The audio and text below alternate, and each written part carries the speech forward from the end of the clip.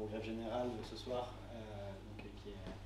qui est une co-réalisation d'Anela Desfélicé et Mathieu Châtelier, et qui sera aussi accompagné par des étudiantes et militantes du Point Levé, donc un collectif étudiant qui participe activement à la lutte contre la réforme des retraites et dans les universités. Et on aura un échange tous ensemble à l'issue de la projection. Et je laisse Daniela vous présenter le film.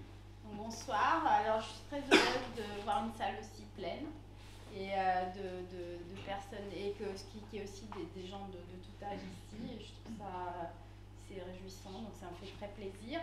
Alors Grève Générale est un film de 2007, une co-réalisation avec Mathieu Châtelier, qui est aussi mon compagnon de cinéma et de vie, et donc on était à l'époque, on travaillait pas mal on faisait de l'éducation à l'image, et tout d'un coup, il y a ce conflit du CPE qui éclate dans les universités en France. Nous, on était à Caen, et avec notre matériel d'éducation à l'image, en essayant de caser nos filles à l'école maternelle, et puis les ateliers, tout ça, on se dit, voilà, on va filmer ce qui se passe dans cette université. Moi, je suis italienne, j'avais un passé d'occupation de lycée assez charpenté, donc finalement, il y avait quelque chose qui me plaisait, et on se dit, on va y aller, ça doit durer 1 ou 2 jours, on filme ça, on prend nos trucs, on essaie. Et on est parti pour 8 semaines où on s'est enfermé avec les étudiants à l'intérieur de l'université occupée, et on a vécu avec eux pendant 8 semaines cette aventure. Et juste le premier acte de cette aventure, c'était une assemblée générale qui était un peu comme cette projection, où tout d'un coup on a demandé si on pouvait filmer, et on nous a dit c'est pas à nous qu'il faut demander, il faut demander à l'assemblée. Donc tout d'un coup on monte sur scène, on essaie d'expliquer ce que c'est du documentaire de création, ce qu'on fait, pourquoi, comment, et qu'est-ce que c'est de documenter aussi un mouvement social. Et ça vote à main levée, finalement les étudiants acceptent qu'on y soit, et c'est ce qui nous permettait d'être à l'intérieur des amphis et des couloirs avec les étudiants, et ce qui nous permettait aussi évidemment pendant les manifestations d'être face au CRS et de ne pas avoir les CRS de dos, ce qui est quand même une question de point de vue. Et voilà, et surtout quand votre outil de travail, c'est aussi quelque chose avec lequel le lendemain vous devez faire des petits ateliers à l'école et que vous prenez des coups de matraque. Mais bon, en tout cas, c'est ce film, voilà, il a 15 ans. Et alors oui, dernière chose, et après je vous laisse, je laisse la projection. Ce qui s'entend en ce moment, c'est que c'était le dernier mouvement qui a gagné. C'est assez nuancé, vous verrez. Mais en effet, quand on voit ce film, c'est il y a un siècle. Et évidemment, quand on le tournait, on ne pouvait pas s'apercevoir que les choses iraient si vite et si loin dans un maintien de l'ordre beaucoup plus corsé que celui-ci. Donc voilà, bonne projection. Et puis je serai là tout à l'heure avec le collectif, et puis on parlera de tout ça. Voilà.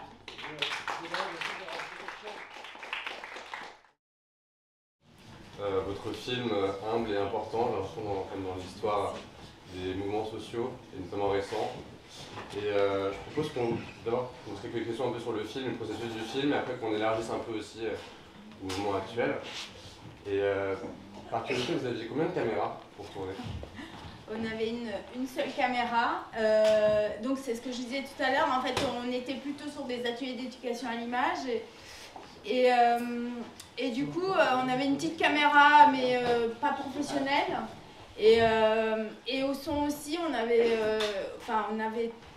un petit micro, mais c'était assez compliqué. Le film n'a jamais été ni étalonné, ni mixé.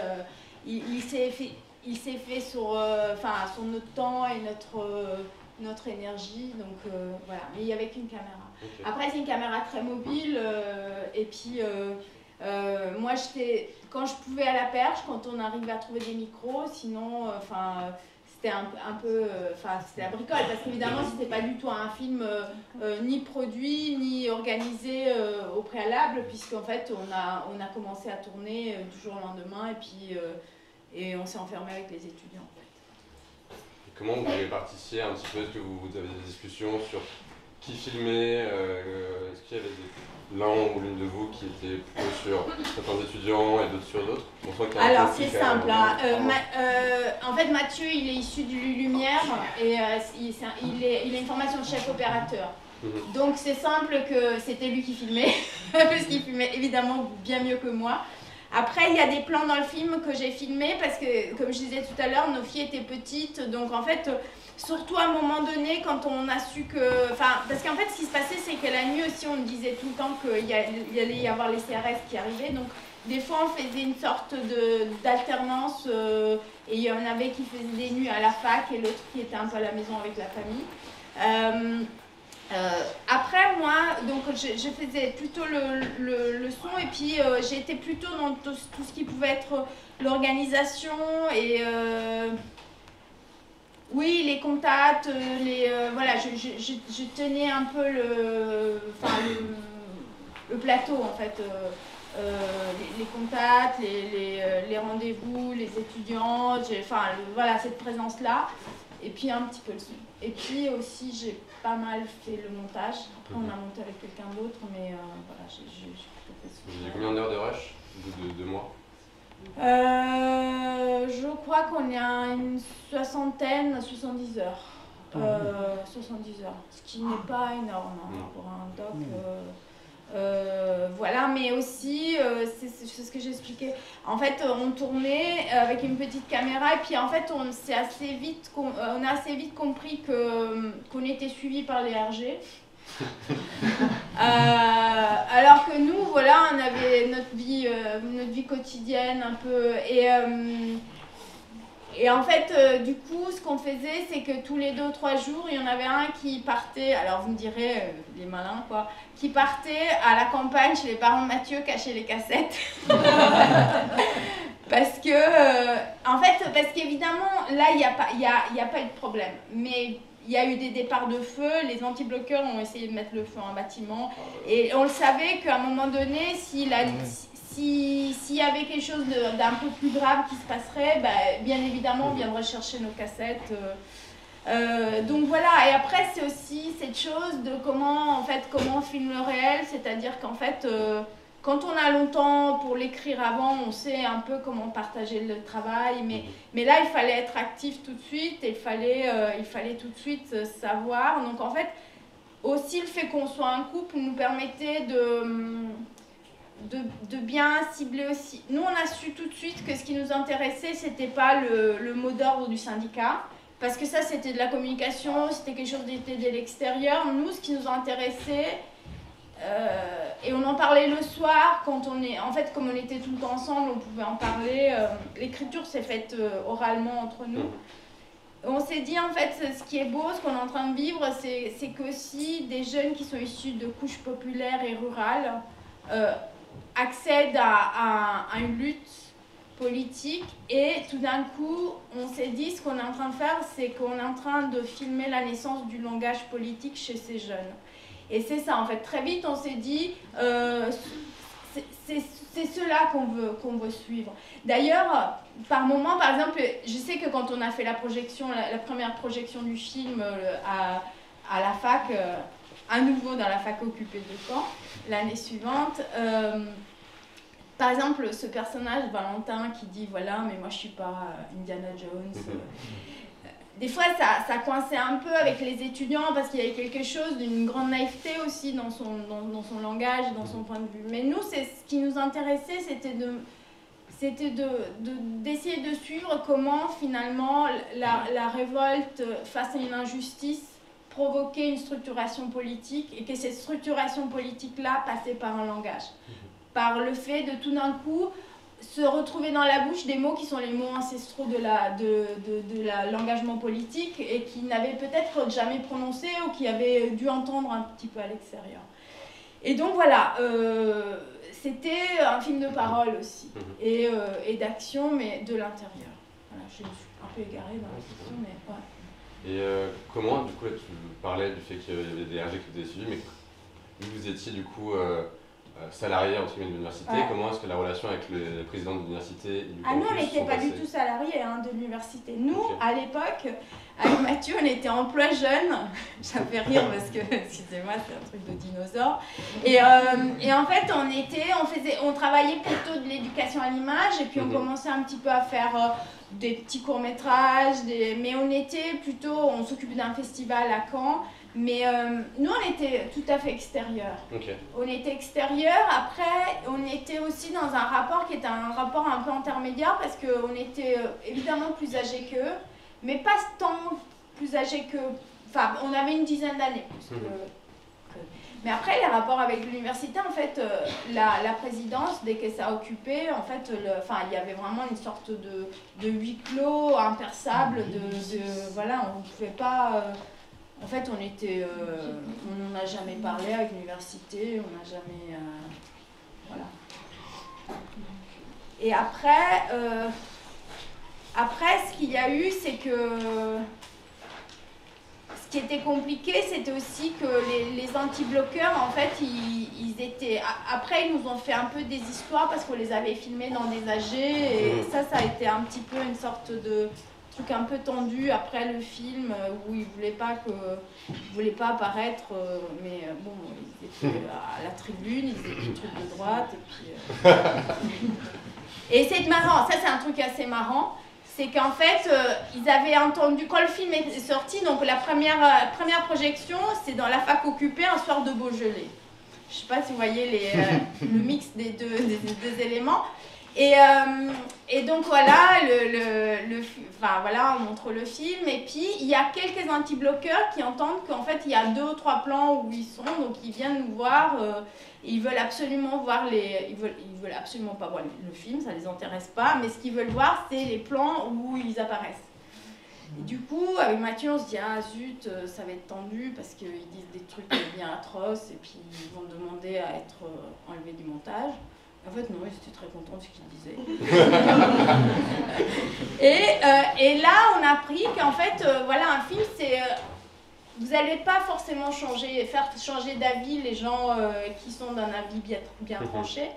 Par contre, ce qu'un film peut faire, surtout un film documentaire, c'est d'être une petite boîte à outils pour que même les générations plus tard puissent se dire « Tiens, c'est comme ça qu'on fait ». C'est comme ça qu'on gère la fatigue, c'est comme ça qu'on gère la logistique, c'est comme ça qu'on gère... Qu'est-ce que c'est en fait la lutte sociale, parce qu'en fait c'est un mot assez abstrait et que finalement au quotidien c'est de la fatigue, c'est des coûts, c'est de l'argent, c'est de la bouffe précaire, c'est des examens ou des soucis d'études, enfin voilà, c'est tout ça qu'on voulait donner à voir.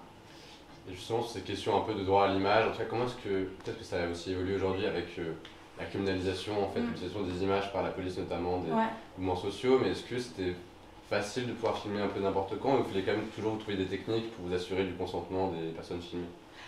De toute façon, c'est un film sur la relation, c'est-à-dire qu'en fait, il n'y a personne dans ce film, mais je pense que ça, c'est vraiment...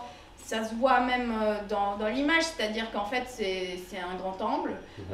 Quand on est proche de la personne, c'est qu'on est vraiment proche de la personne, on n'est pas là avec une longue vue, un peu un truc de fiction comme ça. Et aussi ce qui se passait, il y avait 2 choses. C'est à la fois qu'en fait il y avait vraiment un engagement de notre part qui était c'était un huis clos quotidien avec eux, comme une sorte de résidence. Et puis il y avait aussi le fait que finalement... très vite, les images du mouvement faites par les médias étaient rebalancées le soir, avec évidemment des commentaires, on peut voir, journalistes de France 3, les casseurs, les machins, les trucs. Et du coup, en fait, il y avait un rapport à la presse qui était très tendu, ce qui était tout à fait concevable. Et nous, nos images, en fait, quand ils ont revu les images, c'est 1 an et demi plus tard, quand on avait enfin fini le montage. Et c'est vrai qu'il y avait des fois, il y avait quelques étudiants qui voulaient peut-être pas être filmés, et quand ils n'ont pas voulu être filmés, on les a pas filmés.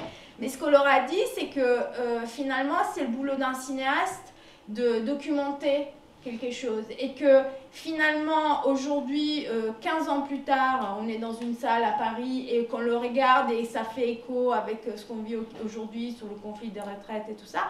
C'est aussi parce que finalement, des cinéastes ont pris l'énergie, le risque, le temps, l'argent pour tout d'un coup documenter ce mouvement et d'en faire un objet qui est un objet de cinéma, avec des durées, et qui n'est pas un objet qui n'est pas une plaquette, qui n'est pas un cinétract, mais qui est quelque chose à côté, qui est une sorte de récit d'une épopée, en fait, comme c'était des Indiens et des cow-boys, et que nous, on était enfermés avec eux, et qu'on avait bien choisi tout à fait notre camp, et qu'aussi, on essayait de travailler, de raconter aussi la complexité du mouvement, la fatigue. On adore les montrer, par exemple, quand ils sont de mauvaise foi, parce qu'en fait, finalement, c'est beaucoup plus beau d'avoir des personnages qui, malgré le fait qu'ils soient de mauvaise foi, on continue à être avec eux. Parce que la lutte, c'est aussi parfois d'être de mauvaise foi. La lutte, c'est aussi des fois d'être pirate, et qu'en fait, si on fait tous les trucs comme il faut faire, ben, on est plutôt anti-bloqueur, non au blocage, habillé en blanc, et puis voilà. Donc voilà, c'était ça, et c'est ça le travail d'un réalisateur, d'un cinéaste, c'est de donner une forme cinématographique à cette aventure-là, pour qu'elle puisse toucher des gens plus tard. Aujourd'hui, ces jeunes-là, ils ont 35 ans, 38 ans, il y en a un certain nombre qui sont CPE. Sarah, elle est CPE au Lila, il y en a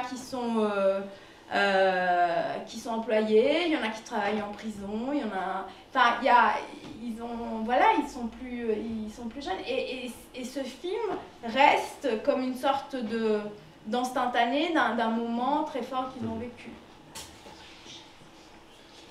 On voit aussi, il y a beaucoup cette dissension en interne qui est hyper forte entre les bloqueurs et anti-bloqueurs. Est-ce que là, dans le mouvement actuel contre la réforme des retraites, vous sentez également une sorte de grosse scission en interne sur ces questions-là? Tu veux que je réponde ? Ouais. Alors c'est toujours assez compliqué de savoir ça parce que en réalité, pour l'instant, en fait, le mouvement il prend pas des masses pour l'instant à l'université. Nous, on est à Nanterre et en AG, pour l'instant, il y a que 120 personnes aussi. Donc rien que d'essayer de mobiliser les étudiants, c'est déjà compliqué. Quand on parle de la réforme des retraites, alors il y a une grande majorité qui est contre, mais il y a une forme d'attentisme. Après, bien évidemment, quand on va plus dans les bâtiments de droit, il y a plus de tension, mais ouais, il y a toujours eu ce truc de... et c'est drôle parce que les personnages en fait ressemblent aussi beaucoup aux étudiants qu'il y a aujourd'hui, et notamment les anti-bloqueurs, c'est un peu le même profil aussi.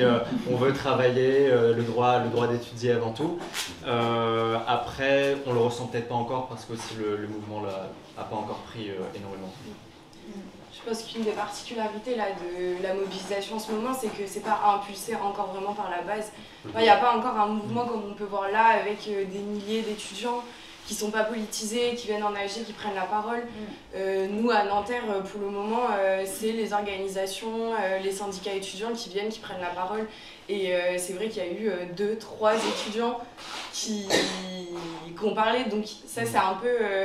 c'est que pour le moment, c'est pas...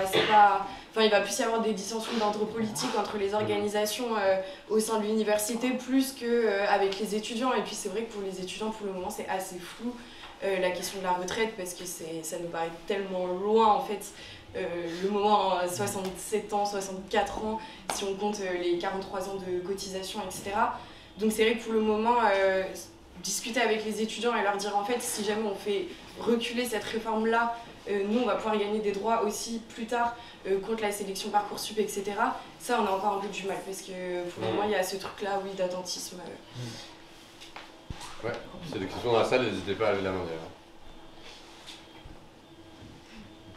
Après, par rapport aux étudiants... Ah, j'ai coupé quelqu'un, il y a quelqu'un devant. J'ai enlevé mes lunettes, je vois plus rien. Ouais. Oui, je voulais dire que moi, personnellement, je suis lycéen et bloqueur, et je ressens un peu la même chose. Il y a des gens, au lycée, il y a des gens qui ne sont pas politisés. Il y a ceux qui sont politisés, mais qui sont dans cette sorte de regarder ce qui se fait, mais pas agir. Et puis au final, on n'est pas vraiment énormément de gens à bloquer. Puis après, il y en a qui ramènent des gens d'autres lycées. Et puis après, il y a une en fait, en tout cas pour moi, le mouvement lycéen, dans les blocages, enfin sans occupation, s'il n'y a pas d'occupation de lycée bien sûr, mais même si ça serait peut-être une bonne idée, c'est qu'on n'est pas assez unis, voilà. Voilà, et juste c'est un peu la même chose, j'ai l'impression, donc après ce que tu m'as dit sur la situation étudiante. Voilà. La question de la grève, elle est posée un peu sur le papier ou pour l'instant c'était encore loin?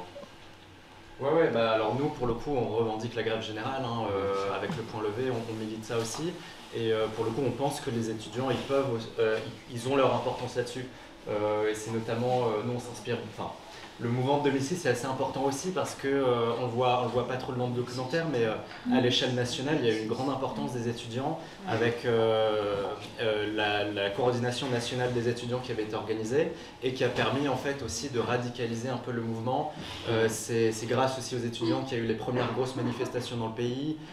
C'est eux qui ont forcé aussi la main sur les syndicats qui à la base étaient plus dans une logique de dialogue avec le gouvernement, qui ont forcé la main pour que le CPE soit retiré. Bon après ça a été un échec au niveau global parce que la loi malheureusement est quand même passée. Mais alors oui, nous on revendique la grève, bien évidemment le blocage aussi de l'université là pour l'instant, même si ça reste très compliqué parce que comme je l'ai dit, on est très peu nombreux à être mobilisés là pour l'instant. Mais c'est des mots d'ordre qui commencent déjà un peu à résonner quand on discute avec les étudiants. Puis il y a aussi du coup un communiqué là, qui a été publié avec le secteur de l'énergie, des transports et les gros secteurs. Ouais, et qui appelle à une grève à partir du 7 février pour 48 heures. Donc ça c'est une question qui est, enfin c'est bien parce que ça va faire un point d'appui intéressant qui pose la question de la reconductible, ce qui n'est pas du tout encore posé actuellement avec les directions syndicales qui proposent des journées saut-mouton et qui disent oui en fait actuellement dans un contexte d'inflation on peut pas se permettre de perdre une journée de salaire. Et ça, nous, c'est vrai qu'on essaye en tant qu'étudiante de radicaliser en fait cette question-là, de discuter avec les gens et de leur dire en fait, vous avez rien à perdre. Enfin, vous allez perdre une journée de salaire, mais qu'est-ce que vous avez à perdre au fond? Et même, je pense que sur le mouvement étudiant, il ne faut pas non plus qu'on soit trop défaitiste. Là, on parle de Nanterre, on est 100, mais demain, il va y avoir une AG interfac à Jussieu. Je pense qu'on va être à peu près 450. Et c'est sûr que ça n'a pas la même gueule que les AG de 2006, mais c'est déjà bien. Et après, il faut voir aussi que... Enfin, moi, ce qui m'avait frappé dans le film, c'est de voir parce que ce que tu disais, des gens qui commencent en fait simplement à militer et qui ont un nouveau langage. Et c'est de voir qu'en fait, ces moments-là, c'est des moments d'émulation politique où tu peux évoluer hyper vite. Et tu as des gens qui vont se jeter à bras-le-corps dans une mobilisation alors qu'ils n'étaient pas politisés avant, qui pouvaient être dans des questions justement un peu individualistes. Et puis là, je pense qu'ils peuvent se dire, en fait, c'est pas grave si je loupe mon année, parce que moi, derrière, je vais pas avoir un avenir précaire, etc. Je fais ça pour ma dignité. Et voilà, et je pense qu'il faut voir comment ça va avancer. Et que nous aussi, on discute avec les gens pour leur dire que si le mouvement étudiant il commence à s'organiser et à prendre de l'ampleur, ça va être un cocktail explosif pour le gouvernement et eux, que ça leur fait très très peur. Mais aussi, voilà, il peut y avoir des sauts subjectifs chez les gens et ils peuvent commencer à discuter autour d'eux, à emmener des gens, etc. Donc, c'est ouais, le mouvement étudiant, là, il commence un petit peu à prendre forme aussi. Comme tu as dit, l'Interfac qui s'était déjà réuni là, la semaine dernière. Donc il y a eu un gros cortège aussi étudiant grâce à ça, la dernière manif là. Et donc il y a de nouveau, comme tu as dit, un Interfac qui va être réuni. Et il y a plein de petits événements aussi qui sont organisés par les étudiants. À l'université Paris-Cité, par exemple, il y a un concert qui a été organisé pour récolter de l'argent pour les travailleurs précaires de l'université. Donc il y a aussi des liens que les étudiants tentent de créer déjà aussi avec les travailleurs en lutte. Nous, je sais qu'au Point Levé, on essaye aussi de se rendre régulièrement sur des piquets de grève. Là, en début d'année, on était avec les employés de Géodis qui ont fait une grève, qui a été victorieuse à la fin, qui se sont mobilisés longtemps et on a été avec eux. Et pareil aussi à Tolbiac, où les étudiants, pour la dernière manif, là, ont bloqué le centre pour aussi forcer la main à la présidence qui en fait voulait pas banaliser la journée, donc forcer les étudiants à venir en cours. Et ce blocage, il a permis de forcer la main de la présidence et de banaliser la journée. Et en bloquant aussi le centre, ça a été l'occasion de discuter plus avec les étudiants. Parce que c'est vrai que c'est pas non plus facile au quotidien de discuter avec les étudiants qui veulent aller en cours, mais en bloquant, ça permet aussi de poser la discussion politique, de voir qui est contre le blocage, pourquoi, et de voir quels sont les enjeux du combat actuellement. Là, en 2006, moi je me souviens que ça avait été un peu à feu doux pendant 2 mois. Pendant 2 mois, en fait, il y avait beaucoup d'AG dans les facs, mais c'était assez confidentiel. Et puis à un moment donné, ça a pris en mars, en fait. Et je pense aux lycéens, ce qui se passait aussi, c'est que les lycéens étaient mobilisés, mais aussi parce que le bac n'était pas en mars. Alors que maintenant, je pense que ça, c'est un vrai problème qui fait suite à la réforme du lycée. C'est qu'en fait, les dates de bac ont été comme ça morcelées et sont comme ça dispatchées entre mars et finalement le mois de juin. Donc ça, finalement, pour les terminales, et on sait bien que dans les lycées, c'est des terminales qui s'engagent. Nos petits lycéens étaient de terminale, néanmoins. Et c'est difficile, en fait, parce que ça aussi, le fait d'avoir morcelé les épreuves de bac, morcelle aussi, finalement, le front des lycéens, le front possible des lycéens. Et après... par rapport aux syndicats, c'est vrai qu'en 2006, il y avait une sorte de, comme ça, ouais, les syndicats regardaient un peu le mouvement d'une façon un petit peu méfiante, parce que c'était aussi, alors c'était pas du tout le mouvement des Gilets jaunes, hein, mais c'était déjà une sorte de prémisse d'un mouvement qui dépassait la base dépassait les organisations syndicales. Et les organisations syndicales ont rejoint le mouvement à partir du moment où ils ont compris qu'en fait ça prenait sans eux. C'est d'ailleurs pour ça que, par exemple, il y a cette scène quand ils disent les jeunes devant, parce qu'à partir du moment où il a commencé à y avoir des énormes manifestations, évidemment, les syndicats voulaient se mettre devant et les jeunes, eux, ils voulaient être devant sans aucune banderole syndicale. Et dernière chose sur cette génération-là, c'est vrai que malgré les profs qui disent il faut savoir arrêter une grève, vous êtes une génération politisée, prenez votre carte, allez voter. Petite parenthèse, De Villepin Premier ministre, Chirac président, Sarkozy qui laisse bien pourrir la chose parce qu'après évidemment il passe et il collecte les fruits du truc et devient président.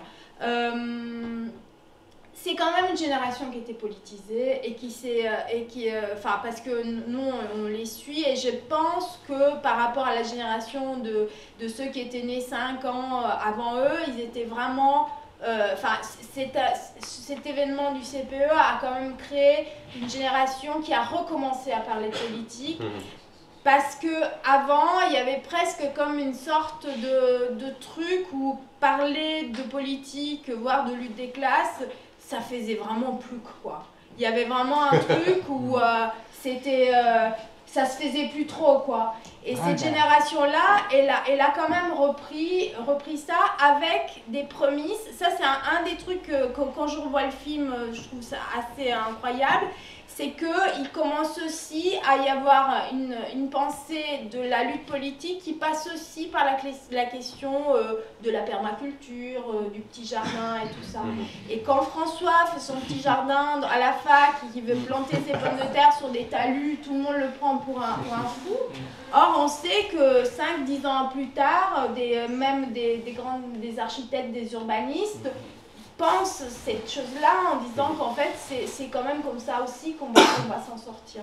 Donc voilà, c'est quand même une génération qui s'est politisée beaucoup plus que celle d'avant qui était un peu... Voilà, il n'y a rien eu, enfin avant 2006 il y a eu très très peu quoi. Et c'est une des grosses différences qu'il y a, enfin des évolutions qu'il y a eu depuis ton film et par rapport au mouvement actuel, c'est que la franchise universitaire qui a été quand même grandement attaquée, donc qui est quand même une loi qui est issue de 1231, donc quand même antidiluvienne, et avec donc d'abord la loi de Sarko contre les violences de groupe qui criminalise les occupations jusqu'au lycée, et du coup ensuite la loi de Macron, de loi de programmation et de recherche qui punit quand même de 3 ans et 45 000 € d'amende le fait de faire une occupation sans y être autorisé, ce qui est quand même, a priori on occupe sans l'autorisation, sinon on est légal.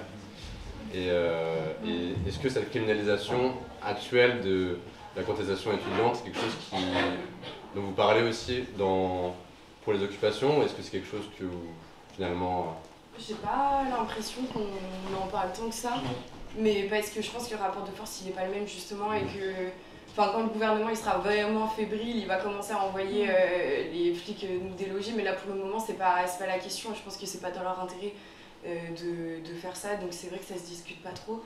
Après moi je voulais ajouter quelque chose par rapport au biais de politisation de la jeunesse actuellement, je pense que c'est pas les mêmes en fait que ceux de 2006. Après je trouve ça assez impressionnant de voir combien il y a une irrigation en fait de la pensée marxiste où ils parlent ouvertement justement de lutte des classes dans une petite ville de droite.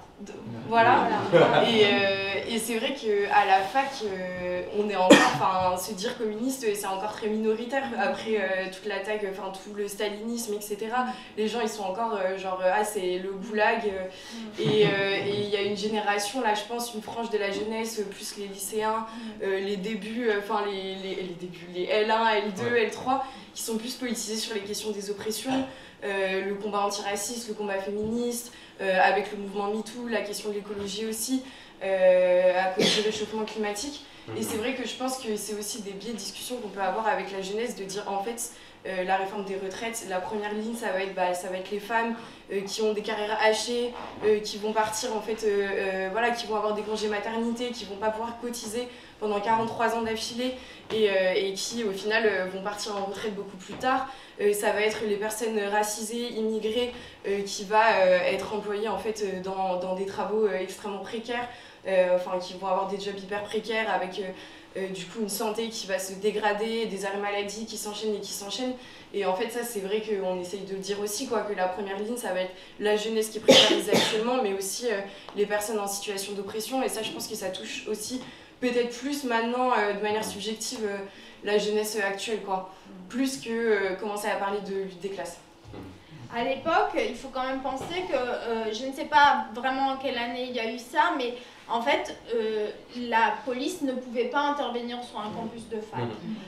Il fallait qu'elle soit expressément appelée, demander, que l'intervention soit demandée par la présidente ou le président de la fac. D'ailleurs, c'est ce qui faisait, c'était très drôle, c'est que les RG ou la police, en fait, ils nous attendaient, donc le campus de Caen, c'est un grand campus un peu à l'américaine, et en fait, ils nous attendaient sur la rue. Il y a du gazon et puis ils venaient pas sur le gazon et puis ils commençaient à nous suivre une fois qu'on prenait notre petit kangou pour rentrer chez nous et cette chose là en fait elle a changé je pense sous Sarkozy. À partir sous Sarkozy, en fait, les policiers pouvaient intervenir et déloger les occupants à la fac. Alors après, je sais qu'à Caen, ils l'ont pas trop fait parce que en fait, ça allait embéniner un peu les choses. Mais donc déjà ça a changé. Et puis quand même, il y a quelque chose qui a fondamentalement changé, c'est la question du maintien de l'ordre dans les manifestations, même si le film fait le choix d'être plutôt à l'intérieur parce que on pensait qu'en fait il y avait énormément d'images de manifestations et que nous notre travail c'était d'être à l'intérieur avec eux et de temps en temps sortir avec eux mais d'être c'est un point de vue de l'intérieur, mais même si cette séquence à la gare est un petit peu tendue, ils font leurs cailloux, on voit bien qu'ils se disputent entre ceux qui veulent lancer des cailloux, ceux qui ne veulent pas les lancer et tout ça, ils se prennent des coups de matraque, mais c'est pas ce qui se passe aujourd'hui à n'importe quel 1er mai, quoi. C'est sans commune mesure, quoi. Et évidemment à Paris, mais à Caen aussi, à Caen ces dernières années, d'une façon systématique, les cortèges se font nasser. C'est vraiment aussi des systèmes qui font qui autogénèrent la violence et la tension. Donc ça, c'est vrai que, c'est ce que je disais tout à l'heure, c'est vraiment... c'est pas un progrès, je sais pas en français comment on dit le contraire d'un progrès, mais voilà, une régression dans la discipline du maintien de l'ordre et de ce qui se passe dans la rue. C'est vrai que ça a complètement, ça a changé d'une façon radicale. On le voit déjà d'ailleurs avec le petit mouvement étudiant qu'il y a déjà. On l'a vu à Strasbourg, il y a une AG qui s'était réunie le 19 au soir après la manif du 19. Tout de suite, il y a les CRS qui ont débarqué dans l'amphi pour déloger les quelques étudiants qui étaient là. Et aussi, ce qui était assez notable, c'était à l'école des hautes études en sciences sociales, dans le nord de Paris, où il y a, je crois, 29 étudiants qui étaient réunis. Et la police aussi, pareil, a tout de suite débarqué. Ils se sont fait arrêter, je crois, à garde à vue pendant 24 heures, voire 48 heures, avec certains côtes cassés. Les policiers qui menaçaient de violer les femmes qui avaient été arrêtées. Ils avaient été mis à 20 dans une cellule pour 4 personnes, dans des conditions atroces, alors que c'était une occupation, c'était même pas une occupation, c'était simplement une AG qui s'était réunie sur le campus de l'école, quoi. Et nous, on le voit aussi à Nanterre, où la présidence, elle a embauché massivement des vigies pour occuper et quadriller toute l'université, ce qui coûte des millions à l'université alors qu'elle manque de moyens très clairement. Et dès qu'il y a la moindre AG qui se réunit, tout de suite le bâtiment est barricadé par les vigies, ils surveillent, ils nous regardent en chien de faïence, donc ouais, on voit clairement qu'il y a un changement depuis 2006. Après, je pense, parce que le gouvernement, il a peur aussi, il est fébrile. Enfin, je pense qu'il faut voir aussi que si jamais il y a une augmentation de la répression, c'est aussi parce que je pense que Macron, c'est le premier président de la Ve République qui n'a pas eu la majorité au Parlement. Et il est extrêmement impopulaire, sa réforme, elle est extrêmement impopulaire. Et je pense qu'ils ont vraiment peur, là, c'est ce qu'on disait tout à l'heure, mais que la jeunesse, elle rentre vraiment dans le mouvement, qu'elle commence à faire des alliances avec le mouvement ouvrier. Et je pense que oui, là, ils sont prêts à tout en fait pour contenir parce qu'ils savent que là c'est un pari très risqué à mon avis pour eux, quoi. Et que s'ils reculent, oui c'est ça, c'est que cette réforme c'était la grande réforme de Macron. Si jamais ils reculent sur cette réforme, après c'est un boulevard pour nous pour pouvoir rentrer dans cette brèche et demander en fait beaucoup plus de choses. Donc l'indexation des salaires sur l'inflation, la retraite à 60 ans, voilà. Question à la salle. Moi j'avais juste une remarque. Ouais. Bon, merci pour le film, hein, on parlait de quoi tout à l'heure. De la clé, voilà. Tu peux venir, j'ai pas En fait, c'est vraiment le film. Moi j'avais 12 ans lors de cet événement-là. Le CE, j'ai été au collège. J'avais essayé de bloquer le collège, on était 3. Mais ce que j'ai trouvé assez marquant, c'est à quel point en fait on revoit toujours les mêmes systèmes de lutte qui se reproduisent sans cesse, qui se renouvellent évidemment, mais pour le coup, et qui aussi étaient les mêmes. J'étais à Angers, donc ville de droite de l'ouest de la France, qui est assez similaire à Caen, et il s'est passé exactement les mêmes choses. Et en termes de mémoire collective, je trouve que ce film, il a véritablement je pense qu'il devrait être même diffusé dans toutes les facs de France, quasiment. Dans l'idée que il y a une scène qui m'a marqué moi dans ce film-là, c'est où on voit tout le monde acclamer à écouter le discours de Chirac. Ça, moi je l'ai connu, j'étais dans la petite place du centre-ville d'Angers à écouter le discours de Chirac qui disait voilà, le CPE est terminé, on passe à autre chose. Et je trouve qu'il y a aussi une interrogation à se poser sur comment renouveler des outils de lutte, avec l'idée que, comme vous disiez, on a changé de. Voilà, on n'est plus dans la même époque. Et là, le rapport de force, c'était des étudiants qui luttaient. Alors, de mémoire, du coup, je ne crois pas qu'il y ait eu de grève générale à cette époque, en fait. C'est les étudiants qui ont lutté, la grève générale, il y avait eu. En 2006, il y a eu il y a eu il y a eu des grèves massives de la société civile. Voilà, le CE a été accéléré, le CNE qui était contraint de nouvelle embauche, en fait, est resté. Et en termes de victoire, c'est on peut dire que c'est la dernière, entre guillemets, victoire qui est eue. Et je pense que c'est aussi important de repenser, alors de voir ce qui a marché, de voir ce qui n'a pas marché non plus. Et que pour les nouvelles générations de lutte, et notamment dans les luttes violentes, ça vous appelle de se dire qu'est-ce qui peut être renouvelé dans l'époque dans laquelle on vit, parce que le rapport de force, il est en faveur maintenant de la police, notamment, avec les voix récemment qui sont passées. Mais alors, moi, donc vous avez entendu mon accent, moi je suis italienne. Je suis arrivée en France en 2000, mais j'ai fait jusqu'au lycée en Italie. Et c'est ce que je disais tout à l'heure, moi j'ai un passé de lycéenne,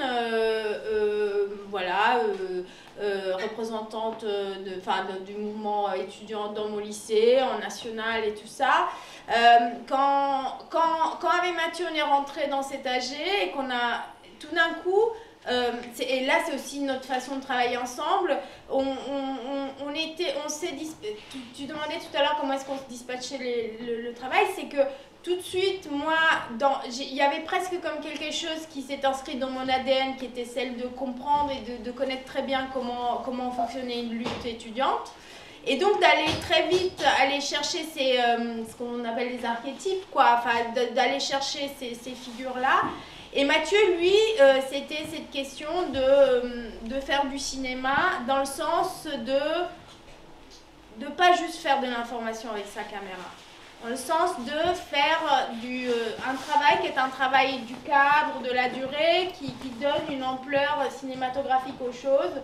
Parce qu'un film qui dure, c'est aussi un film qui formellement est, a une tenue. Sinon, on est dans de la télé, un truc comme ça. Donc il y avait cette chose-là où tous les deux, tout de suite, on savait où on était, ce qu'on voulait raconter, comment on voulait le raconter. Qu'il y avait quelque chose de la lumière des visages, de la peinture par moments sur ces visages qui nous donnait aussi envie. Et c'était aussi, alors ça, des fois, ça peut être un petit peu compliqué à entendre, mais c'était aussi pour nous, c'était aussi un projet plastique. Alors c'était un projet militant et tout ça, mais c'était aussi qu'on les trouvait beaux. Mais c'était pas qu'on les trouvait beaux, c'était pas TikTok, quoi. C'est qu'on les trouvait beaux et c'est là où je veux en venir, c'est que aussi le travail d'un cinéaste, c'est de créer des figures d'identification. C'est-à-dire qu'en fait, c'est comme moi quand j'ai vu Grande Soirée et Petit Matin de Klein, tout d'un coup je les ai trouvés magnifiques et ces gens-là ils avaient l'âge de mes parents et qu'en fait tout d'un coup c'est ça qui a fait qu'après moi ça m'a donné envie d'occuper mon lycée et après, vous voyez en fait, et ça rejoint ce que tu dis, c'est-à-dire qu'en fait les luttes, alors il y a à la fois le discours politique, la pensée politique qui structure les choses, le langage et tout ça qui sont hyper importants, mais c'est aussi important qu'il y ait des écrivains, des photographes, des cinéastes qui viennent documenter les choses et pour créer des figures qui seraient des figures presque, avec tout le romantisme de la lutte. Parce que c'est aussi ça qui donne... alors, est-ce que ça donne envie de lutter? Moi, je pense. Moi, quand je vois Grève Générale, là, je suis encore restée un petit peu dans la salle à la fin. Moi, mon cœur se déchire à la fin quand ils baissent ce drapeau. Et en même temps, je sais qu'ils ne peuvent pas le garder plus longtemps parce que ça pourrit, ça se vide, quoi. Donc ça...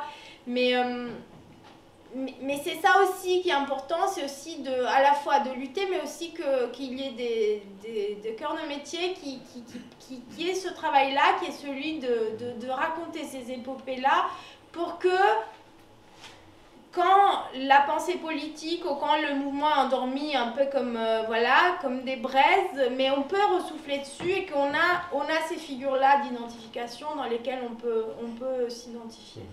En tout cas, c'est notre travail. Ce qui est beau dans le film, c'est un des personnages, une des personnes que vous suivez en parle, le fait que le CPE c'est finalement presque un détail en fait. Le petit bout de la lorgnette. Exactement. Et que en fait tout ça, il y a un ensemble en fait de problématiques que se pose la jeunesse et en fait il y a enfin un temps pour en parler, pour en discuter et voir comment on s'organise. J'imagine qu'en plus aujourd'hui avec le défi climatique qui est nul, pas du tout un des sujets principaux du gouvernement et qui maintenant on le sait assez clairement va mettre une épée de Damoclès très forte sur une nouvelle génération et j'imagine qu'en fait il y a aussi peut-être besoin de ce temps de comment est-ce qu'on s'organise par rapport au monde qui arrive. On voit qu'il y a une nouvelle génération, dernière rénovation, donc des mouvements assez jeunes en fait qui se créent militants d'action. Et peut-être aussi que les facs peuvent redevenir un moment, un temps de réflexion collective. Moi, c'est vrai que ce film, il me motive, quoi. Je trouve que c'est un cadeau assez inestimable de voir ça. Antoine et moi, on fait partie de la nouvelle génération militante. Ça fait un an et demi qu'on milite. Antoine, 6 mois. Et on n'a pas connu de mouvement étudiant. Moi, j'ai fait ma première AG de la semaine dernière.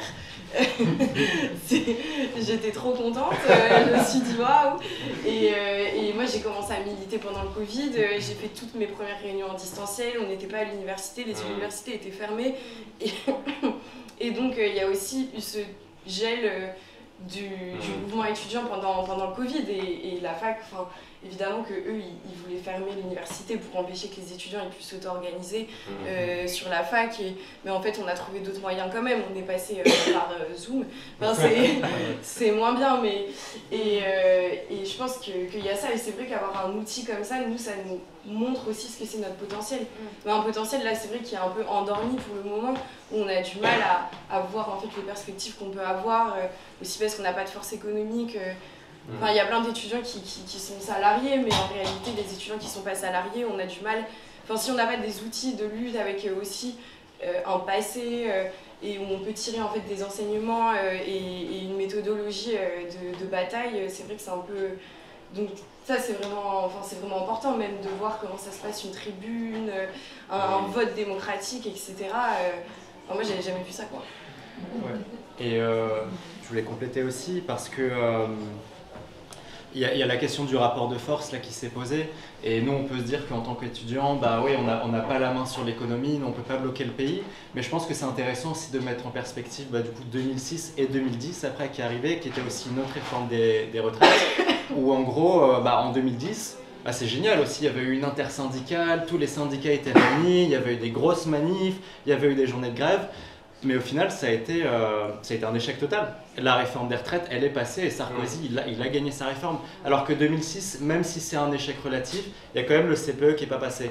Et je pense que c'est justement parce que les étudiants sont entrés dans la bataille, se sont auto-organisés aussi, ils ont dépassé les cadres syndicaux, ils ont dépassé ces carcans-là pour aussi forcer les syndicats, les déborder et impulser un mouvement beaucoup plus large.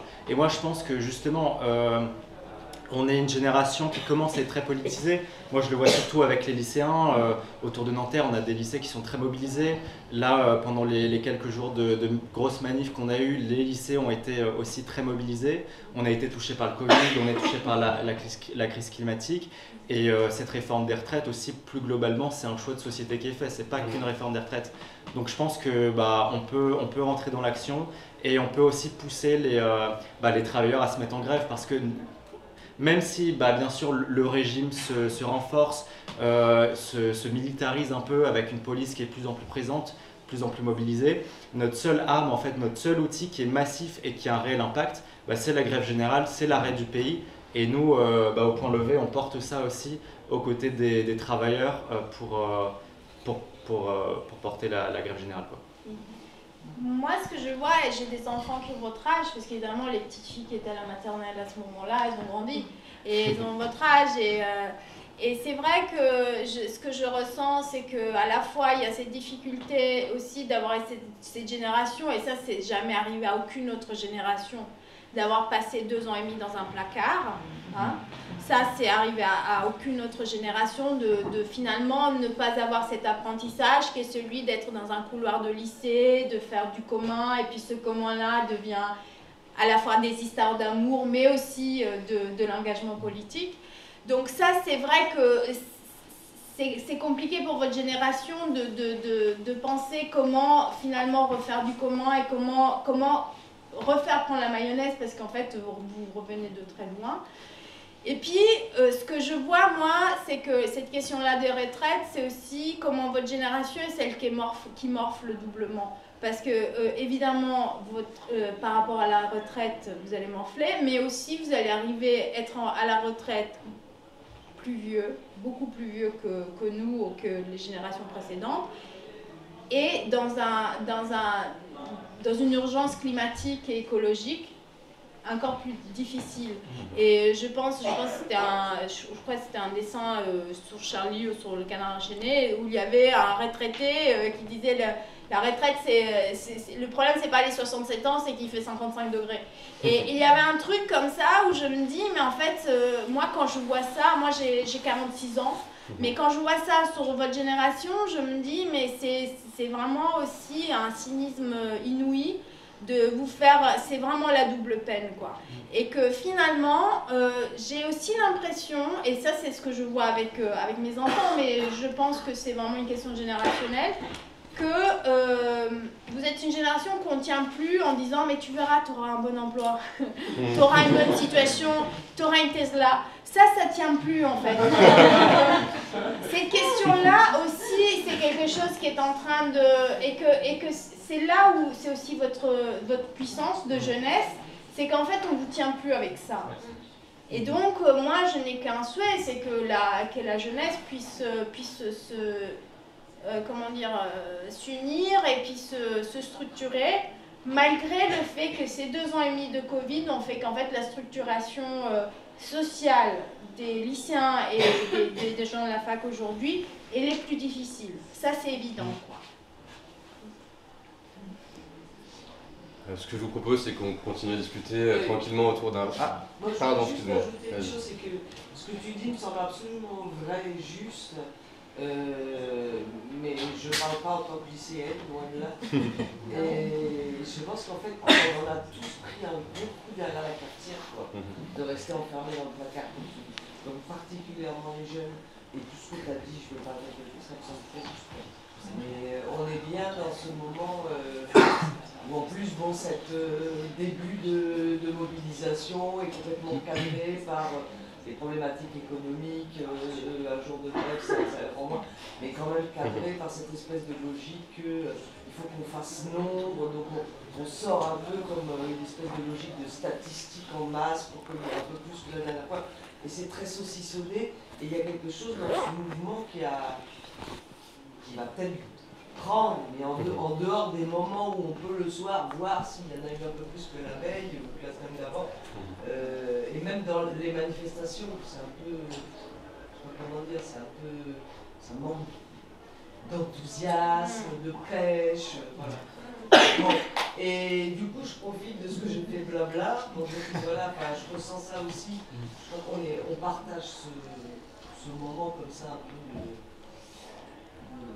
d'espoir et en même temps on attend que ça vienne, quoi. Bref, je saisis pour dire que l'occasion pour dire qu'on est ici 4 au moins dans la salle à faire partie de ce qui se tente de se remettre en mouvement qui existait ici en 2019 donc par le biais du collectif Place des Fêtes et qui a existé ici au DOC en 2019, donc dans les précédentes mobilisations contre les retraites, qui était très fort. Il y avait des assemblées générales avec plus de 100 personnes, des gens de la ligne 11 du métro, des gens qui travaillent dans le nettoyage, on a fait des blocages de centres de tri, de poubelles, de bahuts, enfin on a aidé, on a pris des décisions d'aide pendant les assemblées générales. On s'est entraîné donc intermétiers, on va dire, des gens beaucoup principalement sur une logique de gens du quartier, donc de l'intergénérationnel, de l'intermétier, quoi. Et on a fait une grande fête sur la place des fêtes, on a fait des fêtes ici, etc. Bref, tout ça pour vous dire que on a redémarré la première AG la semaine dernière lundi, on en a une demain, et possiblement tous les lundis, donc c'est l'AG de quartier de lutte contre cette loi, c'est ici au DOC à 19h30. Donc si vous avez envie de venir discuter, échanger des idées et puis commencer à décider d'organiser des choses entre ces grandes journées-là un peu lointaines au niveau local, venez. Et sinon aussi on a décidé que on part tous les dimanches, alors le dimanche, oui, excuse-moi, le dimanche sur la place des fêtes vers midi et demi, midi, info kiosque, quand la chorale est là, on chante, café, on papote, le jour du marché. Et quand il y a une manif, et j'ai fini, donc là c'est mardi, dès qu'il y a une manif, on se donne rendez-vous à Place des Fêtes, on l'a déjà fait 2 fois, à midi et demi, Place des Fêtes, pour un départ collectif quartier, donc vers la manif, et on passe par la cantine des Pyrénées, si vous connaissez. Et là-bas, la cantine des Pyrénées, ils font des sandwichs pour les gens qui descendent à la manif. Donc on mange un peu, on ramasse entre guillemets les amis de la cantine des Pyrénées qui sont là, puis voilà, et on part tous, ça fait une petite manif sauvage à travers les rues avant de rejoindre la manifestation. Voilà. Donc lundi 19h30 à Géodoc, midi et demi le dimanche, place des fêtes au moment du marché pour papoter, se retrouver, et dès qu'il y a une manif, 12h30, place des fêtes pour un départ collectif. Voilà, j'ai fini. Merci beaucoup.